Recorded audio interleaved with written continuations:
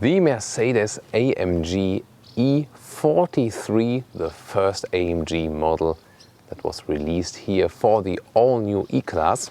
That is today in exterior, interior and the performance driving on Autogefühl, your number one resource for in-depth car reviews and your number one community to discuss cars with Thomas. We're going to talk about the differences to the normal versions. Exterior here, you can always see it in the front. Interior, this really emotional interior style with sporty elements. Of course, the driving then. And also some differences to the estate version, because we also have a review for that one and also a review for the normal sedan version. So we can tell you so much about the E-Class today with the first AMG Focus with this V6 bi-turbo. Let's now go in full HD, full screen and full length.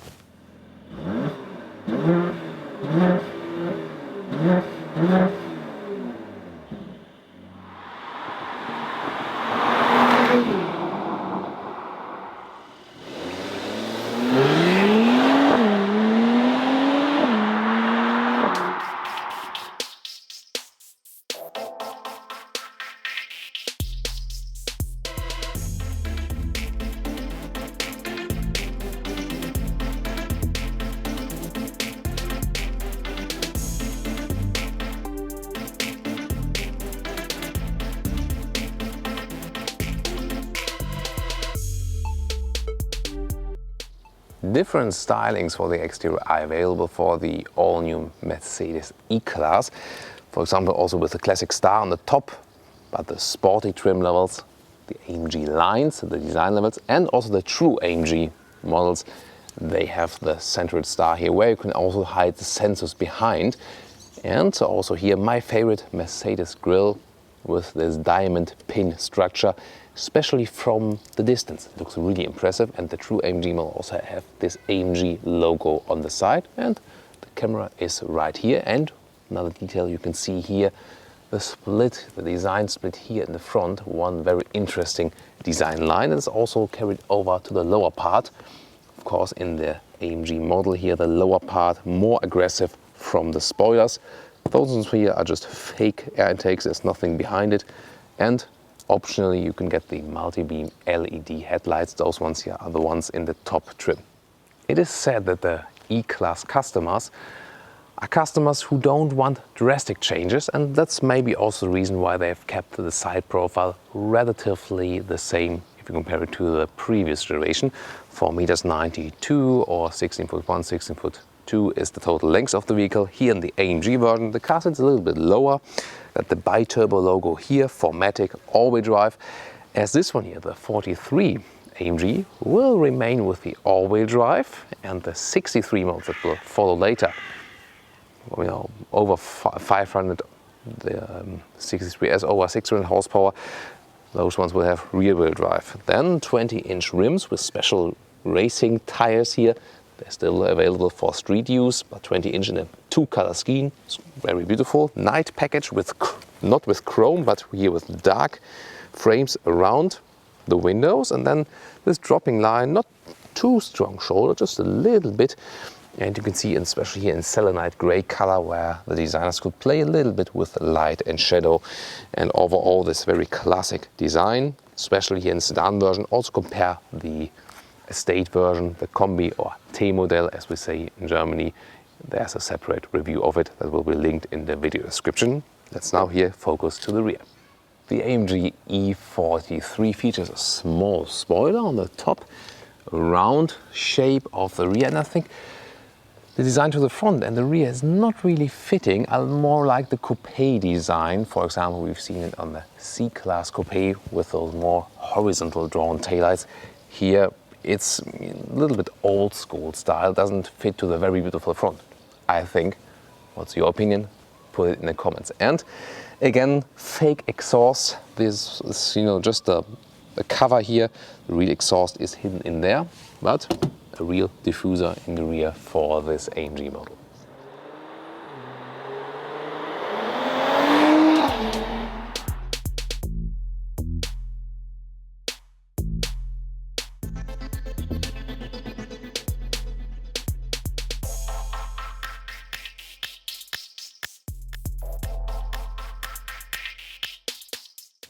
scary stuff, I don't have a key for this E-Class. The symbol says NFC. You can remove it later on, of course, just for demonstration purposes. And then I have a Samsung smartphone that has NFC enabling, and you can then hold the lower part there, right there, contact, and then you can see the door has opened right now.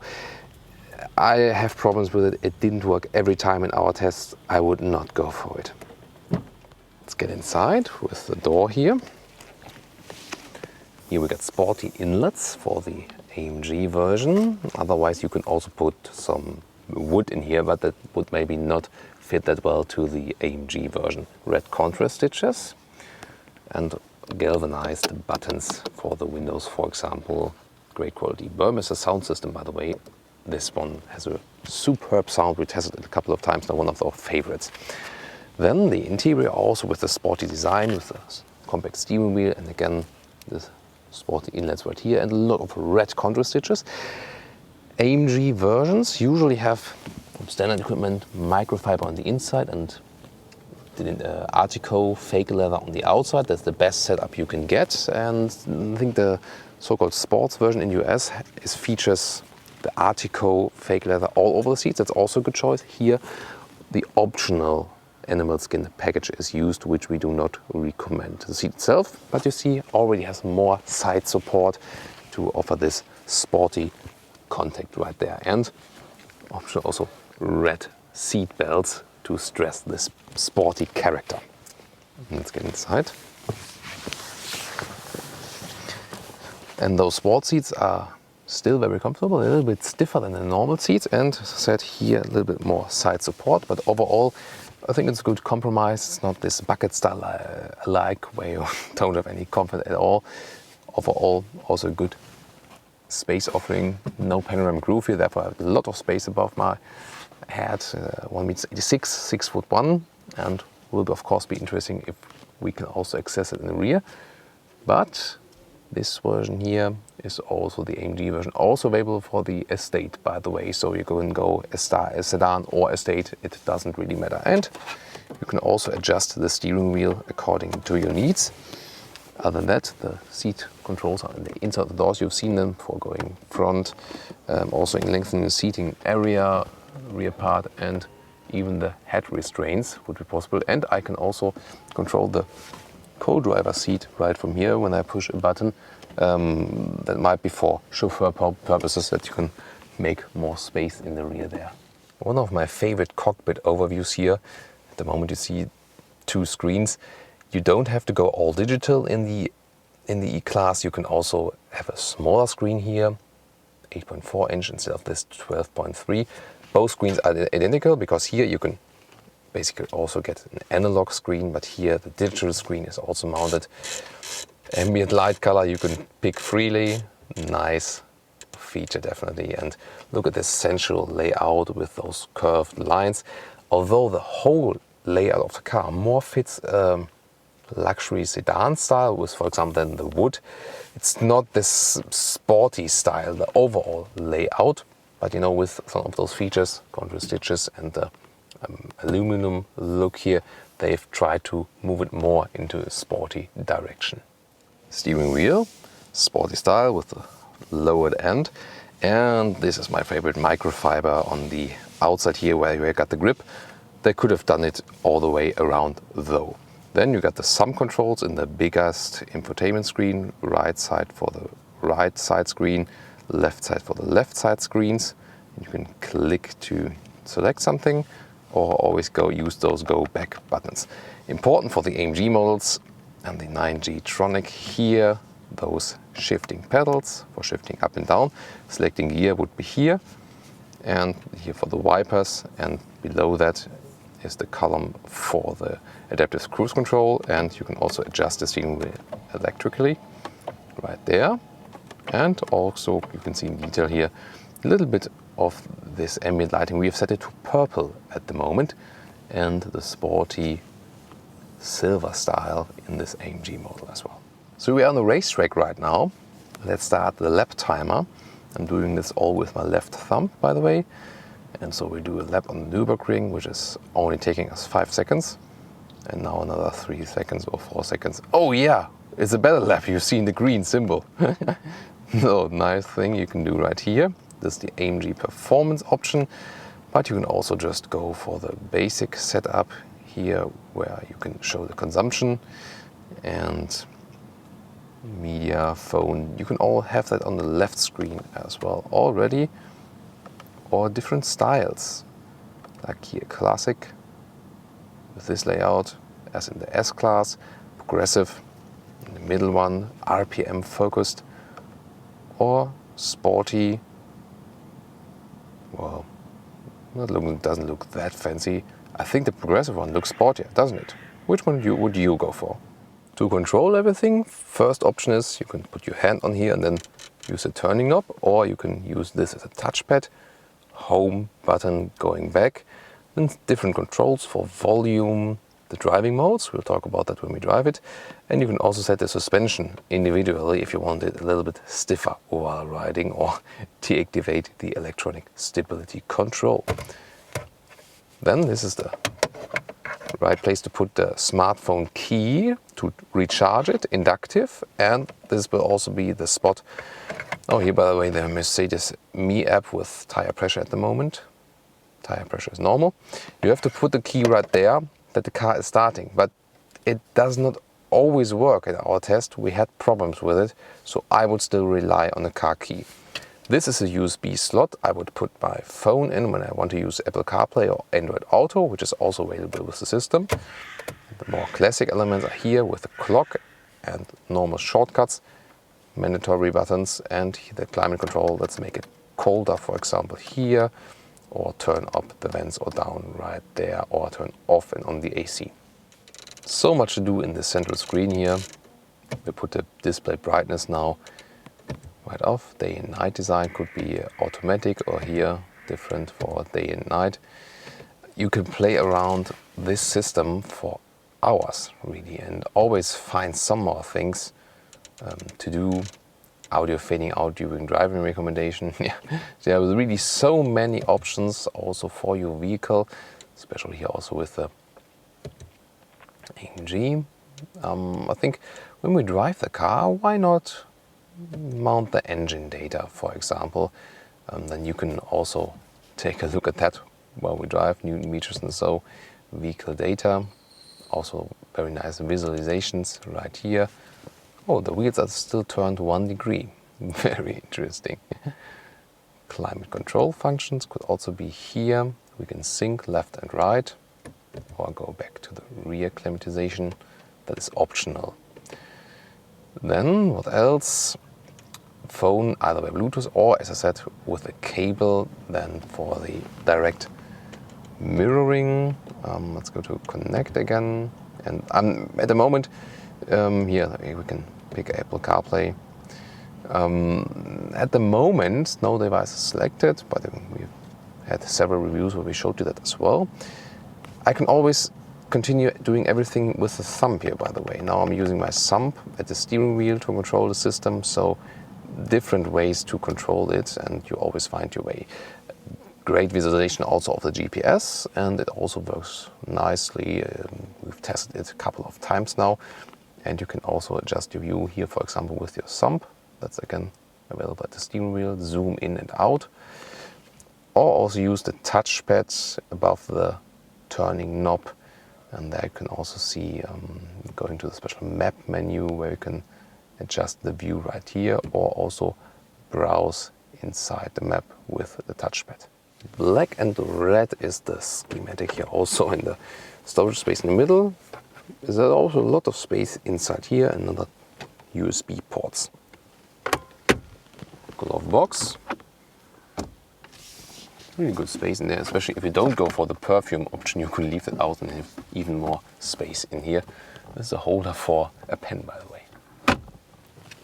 The rear of the E-Class sedan, first of all, the great sporty style also in the rear.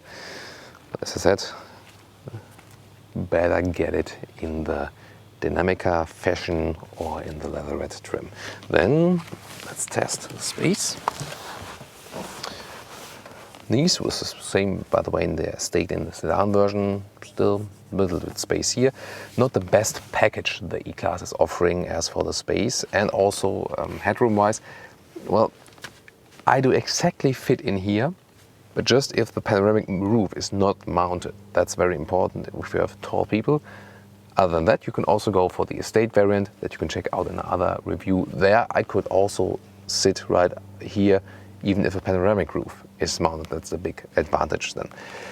And you can see everything else. Also the inside of the seating is covered in black, the dark racing scheme right there. And if I move on here, you can also have some beverage holders and some storage space right there.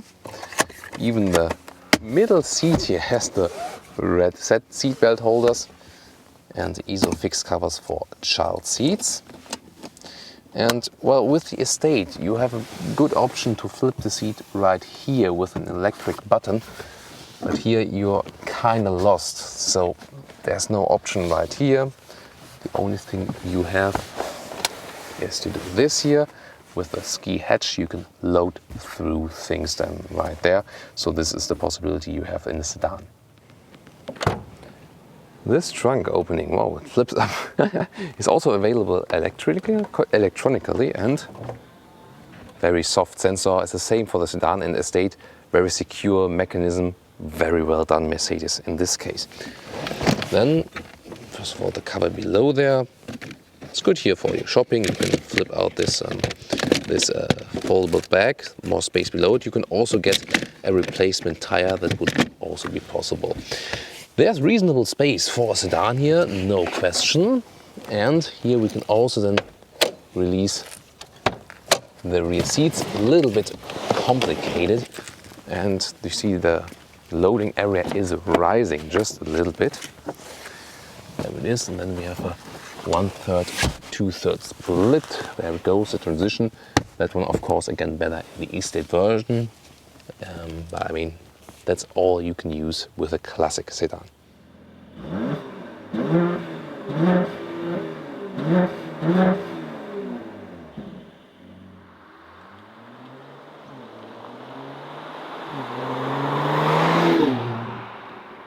And now, underneath the hood, 3-liter, 6-cylinder, 400 horsepower, 4.7 seconds, 0 to 100 kilometers an hour, or 0 to 60 miles an hour, or 61 miles. And those 4.7 seconds are 0.7 seconds faster than the E400 engine that has a little bit more of displacement. Here, the bi-turbo engine. And later on, there will also be an E63, either with 570 or 610 horsepower, but I can tell you this one will surely already be enough. And of course, higher in the price. If you take a German reference price, 43,000 euros for a normal E-Class sedan, and then here with a big engine and more equipment in the inside, 75,000 euros, way more expensive, but the better price performance deal than the 63 versions, because those ones do more than double the base price. And here connected, as I said, with the all-wheel drive, so better usable in everyday driving.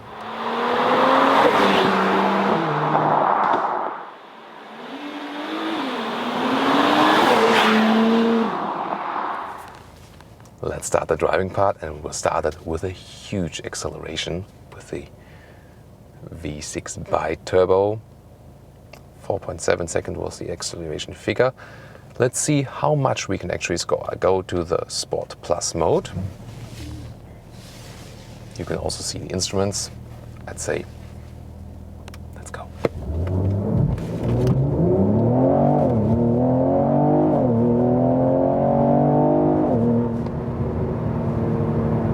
Wow, nice. Also with a nice sound, like that. And due to the all-wheel drive, we also had a good acceleration that was also distributed for the front and rear at the same time. Great performance, although it's still a relatively heavy car.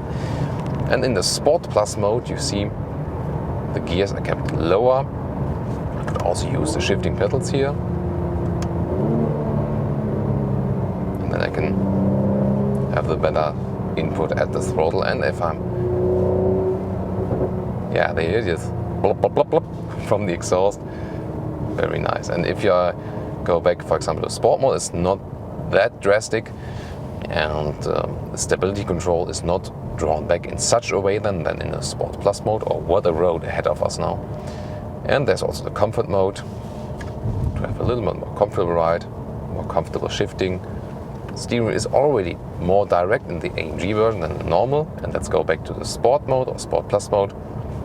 Another acceleration for you, 50 to 100. Let's go.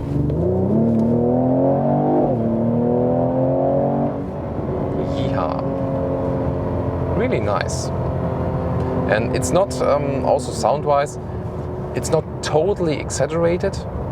And I think the 43 is a good compromise. You know, you already got a lot of sporty elements and good sound, great acceleration, but it's not that harsh as a I always want to say C63, E63 in this case, of course.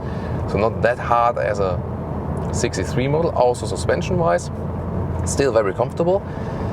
There are different suspensions available for the Mercedes E-Class in this all-new generation. For example, you get the basis suspension for the T-model, for the Estate. That one features a 2-chamber air suspension in the rear.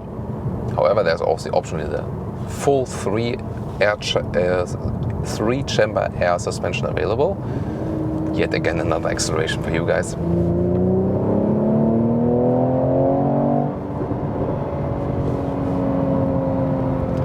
So back to the suspensions. I'm in comfort mode again now. Again, also at 100. What a good handling. Very nice. Then, so you can pick the air body control, air suspension, full front and rear axle. But you could also go for the adaptive suspension without the air. So that would be the dynamic body control. And then there's also an AMG version of the dynamic body control. It's a little bit lower, it's a little bit stiffer, a little bit sportier. And that one is the one we are riding right now. If I go to the sport mode, got a little bit more feeling in the steering wheel, a little bit more direct. I like that, and because the basis steering wheel setup from Mercedes is quite often not progressive enough for me, not direct enough, and therefore I like the setup they have here. And the 63 models, for everyday riding, they're sometimes a little bit too stiff. So I'm really a fan of this 43 model, be it a C-Class or be it the E-Class. So you have a very good compromise. You want one more, didn't you?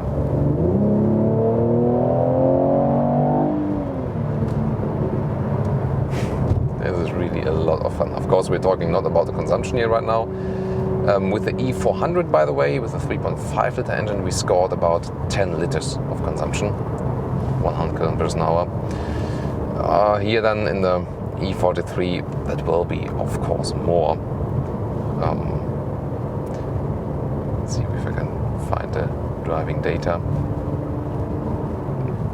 Here, of course, when you play around, I mean, yeah, 18 liters now. But it will go down, of course. If you don't do it such in a way, then you can also get consumption to 11, 12 liters and so, but this is surely not a fuel saving car.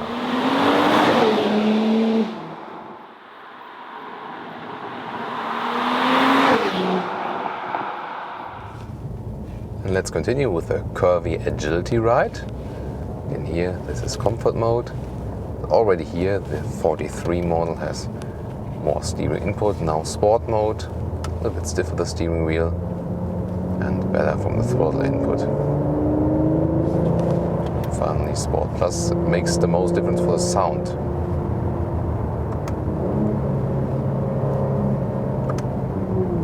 It's a nice shifting pedal sound we got here. What a scenic road here. Very nice LA. Hope you enjoy that here with me.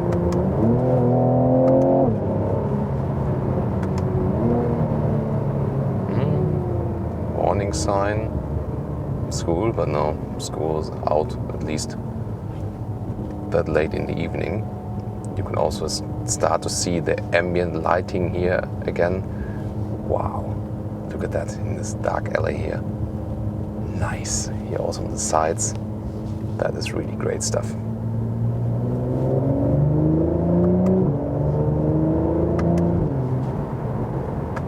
Sound insulation, by the way, is superb. We already said that in a couple of reviews of the E-Class. So no matter which speed you go, it's one of the most silent cars on the inside ever. This again here, expensive test vehicle mounted with this additional insulation pack you can order.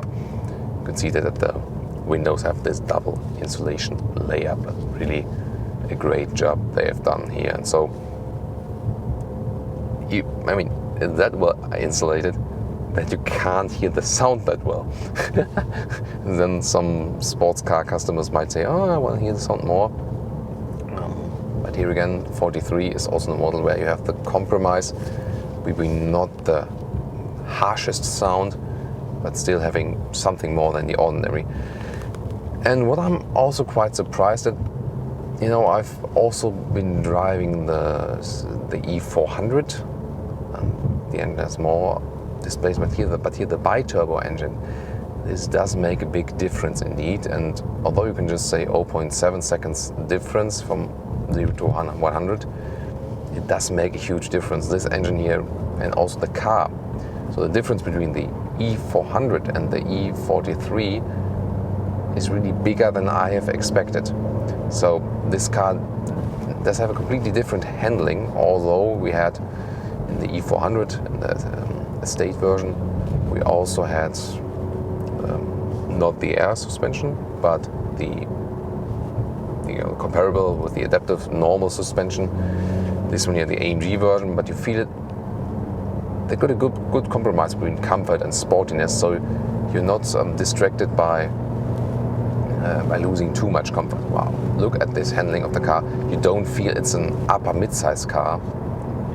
It's really great stuff. And also just from the riding feeling here, probably that would be my favorite upper mid-size car. It's just a decision. Do you want the maximum comfort from such a car, and then you go for the air suspension, or do you also want sportiness at the same time? Then this E43 model, that could be a very good choice then for you, especially with a steering wheel in combination. So a really convincing compromise they've put on here. It's a question, who can really match that? Well, we've had the Audi RS6, for example, lately. It's even more horsepower, would be more comparable to the E63 then. That was also a great ride, no question. This one here, from the interior, definitely more attractive, I think. So I enjoy this part here, number 3. When I use the shifting pedals manually.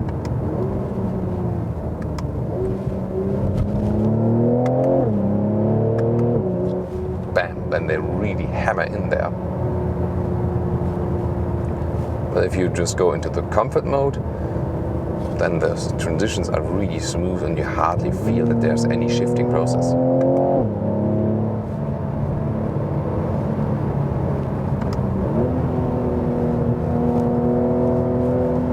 That's the stuff here.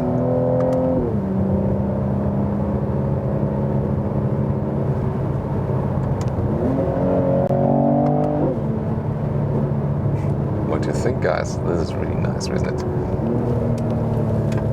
And such a precise steering also.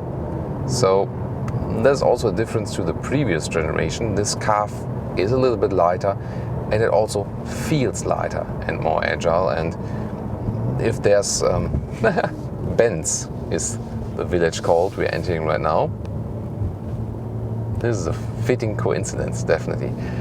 So if you ask me, E43 or E63, you don't have to wait for the super big horsepower variant, because this one here is so finely tuned that you have, walking the right line between sportiness and comfort. Also a huge improvement if you compare the previous generation. And then also the competitors, an A6 is definitely also a great car. BMW 5 Series, there will be an all-new model very soon. We're looking out forward to that, to compare that one. The Jaguar XF has been renewed lately too, and there the riding was also really a lot of fun, but the interior quality couldn't match this one here. That was the biggest difference.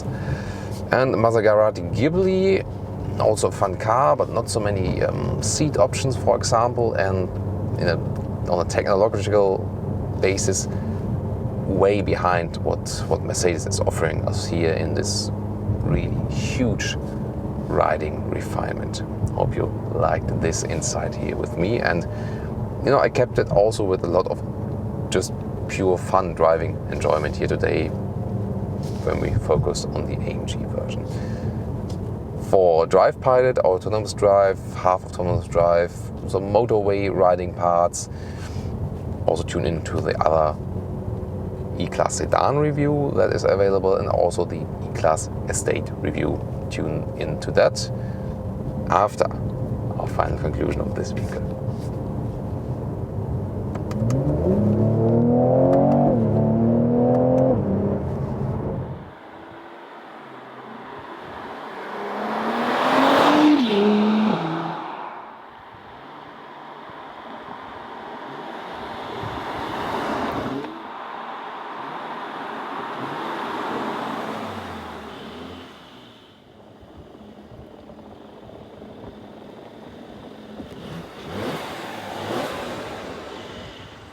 And now the conclusion, Mercedes-AMG E43, today as a sedan, next time maybe as an estate as well, because that is also available. The engine, very good performance, really solid, always on the gas.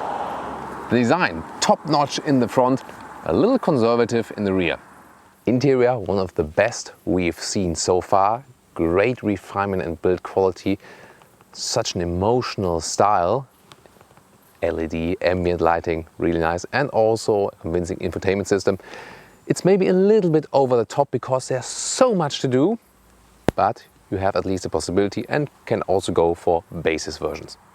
And the riding, one of the most fun driving parts here with a upper mid-size vehicle, no question, and a great compromise between sportiness and comfort.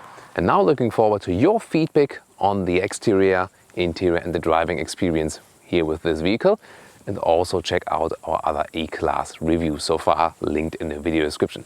Thank you very much for watching Autogefühl. We'll see each other next time.